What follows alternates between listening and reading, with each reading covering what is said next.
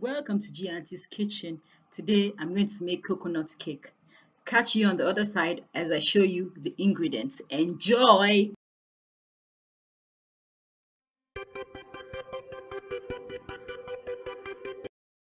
I've got sugar, salt, baking powder, vanilla, flour, margarine, eggs, coconut, and finally milk. I'm going to sieve every dry ingredient together. Flour, baking powder, and salt. Done with the dry ingredients. I'm going to add vanilla to the milk and mix properly.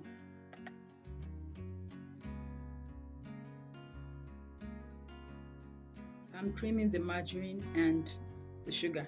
This can be very tiring.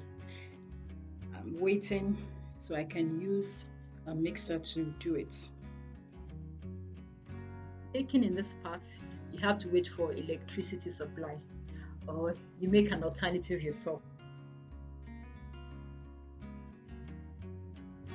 I used a mixer to get this consistency, so I'm mixing in the eggs now. The consistency is very alright, so I'm going to add in the flour, folding it in. I'm going to be very careful not to over mix it. Add the milk again, fold it in. Alternatively, liquid dry ingredients until you finish the ingredients. I'm ending it with the flour mixture, so it's all done now.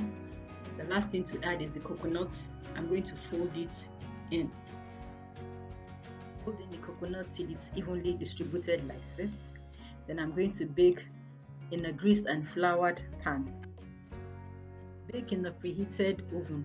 When the cake is done, do not remove immediately from the baking pan, otherwise you're going to get a smashed cake.